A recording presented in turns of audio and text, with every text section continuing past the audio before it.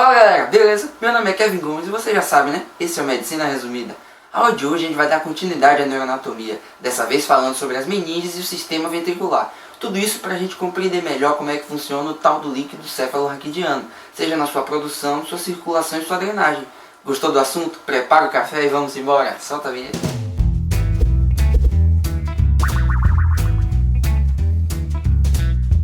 Vamos começar a aula de hoje falando sobre as meninges. É um assunto relativamente pequeno, mas importante para entendermos alguns aspectos clínicos e cirúrgicos de distúrbios neurológicos. As meninges são membranas que recobrem o sistema nervoso central, que consiste no encéfalo, tronco cerebral e medula. Existem basicamente três meninges, que são a dura mater, pia mater e aracnoide mater. A dura mater, como o próprio nome sugere, é a mais espessa e externa das membranas. Ela é firmemente aderida ao crânio, mas possui extensões importantes que dão origem a elementos que separam diferentes componentes do encéfalo. Estamos falando da foice do cérebro, que se localiza entre os dois hemisférios cerebrais, e o tentório ou tenda do cerebelo, como você preferir chamar, que está entre o cerebelo e os dois hemisférios.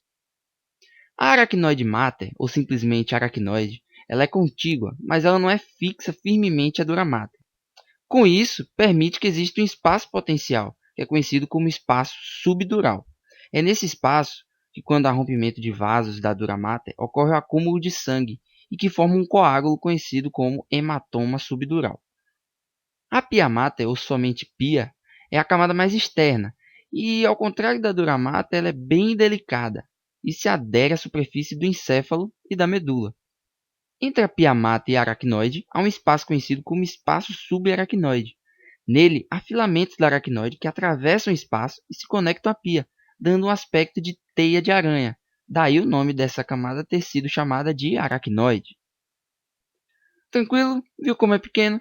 Embora pareça irrelevante, conhecer as meninges e sua estrutura é importante para a compreensão do sistema ventricular, que é o próximo assunto. E esse sim é um assunto grandinho. Beleza, vamos embora?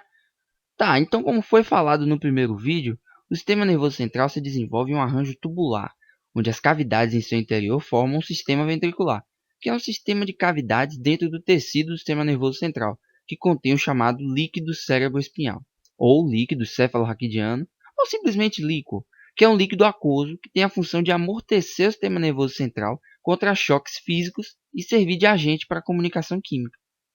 O plexo coroide, ou coroide, é o principal local de produção do líquor. São vilosidades que se estendem da parede ventricular para a cavidade, emergindo no líquor. Basicamente, as vilosidades são capilares fenestrados envoltos de estroma de tecido conjuntivo, que são envoltos pelas células ependimárias. Esse tecido conjuntivo seria uma prega formada basicamente pela pia mater, que adentra essa cavidade. As células ependimárias estão interligadas por junções íntimas, que promovem uma barreira eficaz à passagem de substâncias dos vasos sanguíneos para o líquor, que é conhecida como barreira hematolicórica. Para se ter uma ideia, a produção diária de líquor chega à casa dos 500 ml. Mas se é um sistema fechado, para onde é que vai o excesso de líquor? Então, o próprio plexo coroide tem essa função reabsortiva também, podendo remover elementos que são introduzidos nos ventrículos, além de drenar o próprio líquido excedente, servindo como uma forma de reciclagem do sistema. A taxa de renovação, ou como muitos livros vão dizer, turnover, do líquido seria de 4 a 5 vezes ao dia. E a pressão intraventricular normal está entre 10 a 15 milímetros de mercúrio. A circulação licórica ela possui um volume de aproximadamente 140 ml, mais ou menos. O líquor é um ultrafiltrado do plasma e é formado por diferentes mecanismos. Resumindo, ele tem componente vindo da difusão, que é um transporte passivo, e do transporte ativo, com destaque para a concentração de sódio, que está em maior quantidade do que no plasma sanguíneo, e é usado para estabilizar o pH. A concentração de potássio é constante e não é afetada com mudanças de pH sanguíneo ou do líquor. Isso se deve à sua importância na condução nervosa, né? Já a glicose e alguns aminoácidos conseguem chegar ao líquor por meio de canais específicos. A entrada de glicose, por exemplo, é mediada pelo GLUT1, um transportador conhecido. Já macromoléculas como proteínas plasmáticas são impedidas de entrar pelo plexo coroide, precisando de um transporte mediado por um receptor específico que vai promover a entrada delas via vesículas. Certo? Então, basicamente, o líquor tem água, que é o principal componente, proteínas, cerca de 15 a 45 miligramas por decilitro, que aumentam em processos patológicos inflamatórios ou hemorrágicos. Então é muito bom se atentar para isso, hein? Tem glicose também, que a taxa média é de 2/3 da quantidade que tem no sangue, seria entre 60 e 75 miligramas por decilitro, mais ou menos, que diminui em processos inflamatórios. Tem algumas células também, com destaque para linfócitos, onde há cerca de 3 células linfocitárias por milímetro cúbico na análise do microscópio. E essas quantidades também aumentam em processos infecciosos. Mas é bom destacar que o líquor não costuma apresentar hemácias. Sua presença sugere uma lesão traumática. Em caso de hemorragia subaracnoide, por exemplo, as células são degradadas e liberam bilirrubina, dando ao líquor um aspecto amarelo ou xantocrômico. Além da água, os eletrólitos também são componentes importantes, e aí a gente pode destacar o sódio, potássio, cloreto, magnésio e cálcio. Eles têm uma concentração maior do que no plasma em geral, exceto o potássio e o cálcio. Já alguns peptídeos podem ser encontrados também, como a colecistocinina, angiotensina 2, somatostatina, enfim. Beleza? O sistema ventricular consiste em que, afinal? Em ventrículos, que são cavidades onde o líquor se acumula, e canais de comunicação entre esses ventrículos. Quanto aos ventrículos, a gente pode destacar os ventrículos laterais, o terceiro ventrículo e o quarto ventrículo. Entre os ventrículos laterais e o terceiro ventrículo, há os chamados forames interventriculares, ou forame de Monro. E entre o terceiro e o quarto ventrículo, há o chamado aqueduto do mesencéfalo, ou aqueduto cerebral, ou aqueduto de Sylvius. E o sistema vai se estender para dentro da medula espinhal através do canal central da medula. Certo? Então, os ventrículos laterais possuem uma forma arqueada, correspondente à forma do hemisfério cerebral. Cada ventrículo lateral se subdivide em corno frontal, parte central, átrio ou trígono colateral, corno occipital e corno temporal.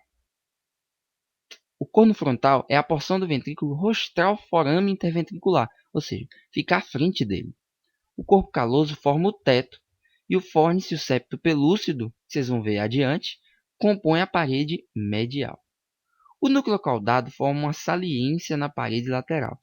É essa saliência que desaparece em doenças degenerativas do núcleo, como a coreia de Huntington. Mas isso é um assunto para uma outra aula. O que é importante é vocês saberem que ele forma essa saliência na parede lateral do ventrículo lateral, mais precisamente no corno frontal. Beleza? A parte central vai se estender posterior ao forame interventricular até o trígono colateral. Essa é a área de confluência da parte central do ventrículo lateral com os córneos occipital e temporal. Seria a parte mais dilatada do ventrículo. Já o corno occipital se estende da região posterior do átrio em sentido polo occipital. É que mais varia de tamanho e forma de acordo com os indivíduos, sendo que geralmente o esquerdo costuma ser maior que o direito, além de poder ser rudimentar ou nem aparecer. O suco calcarino, um dado interessante, produz uma impressão na parede medial dele conhecida como calcar avis, um termo em latim mesmo, certo? Já o corno temporal se estende inferior do átrio até a porção inferior do lobo temporal, certo? Mas como eu falei, os ventrículos laterais se comunicam com o terceiro ventrículo através do forame interventricular ou forame de Monro. O terceiro ventrículo vai se situar entre os dois tálamos e hipotálamos. É limitado pela lâmina terminal anteriormente e pela comissura anterior e estruturas hipotalâmicas inferiormente. Essas informações vão ficar mais claras quando a gente estiver falando mais de diencéfalo e de núcleos da base, certo? O terceiro ventrículo possui o recesso pineal, que se localiza acima da comissura posterior, e o recesso supraóptico, que é superior ao quiasma óptico, e também o recesso do infundíbulo, que é no inferior do infundíbulo. O aqueduto cerebral é um canal estreito que conecta o terceiro ao quarto ventrículo, atravessando o mesencéfalo. Esse quarto ventrículo justamente é aquele que está entre a face anterior do cerebelo e as faces posteriores da ponte e do bulbo. Ele se comunica com o espaço subaracnoide através de 3 aberturas, os 2 forames laterais de Luschka e um forame medial de Magende. Existem também cisternas no sistema ventricular que servem de local de fluxo do líquido. Eles estão no espaço subaracnoide, principalmente na base do cérebro. Daí muitas serem conhecidas como cisternas da base. E as que são clinicamente importantes, basicamente, são cisterna magna, cisterna cerebelo-bulbar lateral, cisterna pontocerebelar, cisterna interpeduncular, cisterna quiasmática e cisterna colicular, certo? A cisterna magna, ou cerebelo-bulbar posterior, é a maior cisterna subaracnoide. Ela está entre o bulbo, cerebelo e o osso occipital. Ela tem uma comunicação com o quarto ventrículo através dos forames de Lusca e Magende, e também com a cisterna pontocerebelar, certo? A cisterna pontocerebelar, por sinal, se situa à frente da ponte, na região basilar. O destaque dela é que a localização justamente por onde passa a artéria basilar e o nervo abducente, que é o sexto par craniano. A cisterna cerebelo-bulbar lateral se estende anterior e lateral ao bulbo e se destaca pela presença das artérias vertebrais que vão passar por essa região. Já a cisterna interpeduncular está entre os dois pedúnculos cerebrais e se destaca pelo fato de o nervo oculomotor, que é o terceiro par craniano, emergir do mesencéfalo nessa região, certo? A cisterna quiasmática está acima da célula turca e se comunica com a cisterna interpeduncular.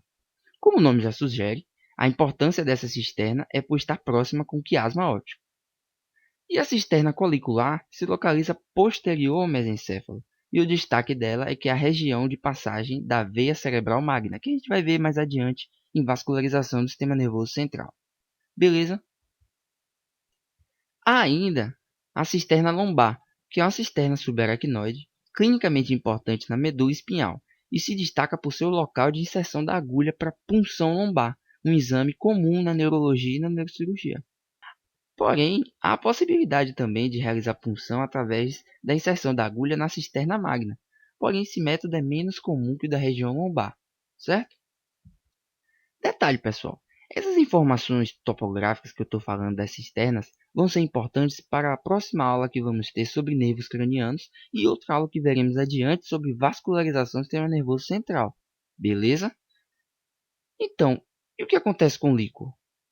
Basicamente, ele vai fluir dos ventrículos laterais, pelos forames interventriculares, até o terceiro ventrículo, de lá para o quarto ventrículo, pelo aqueduto do mesencéfalo, de lá se difunde para os espaços subaracnoide, via forames de Lusca e Magende, e também indo para a medula espinhal pelo canal central da medula. De lá, eles retornam para ser drenados no seio sagital superior, através das chamadas granulações aracnoides, que são porções da aracnoide que adentram os seios venosos. Beleza? Guarda essas informações, hein? Quando falarmos de vascularização, vai ser muito importante a gente falar delas. Beleza, pessoal? Então é isso. A gente fica por aqui hoje. Espero que vocês tenham gostado e tenham aproveitado bastante o vídeo. Se gostaram, não esqueçam de se inscrever no canal aqui embaixo e curtir o vídeo, hein? Se não gostou, marca aí que não curtiu, comenta que pode melhorar. Beleza? Não esqueçam também de curtir a página do Facebook e do Instagram no canal, certo? Então, vou nessa. Grande abraço e fui!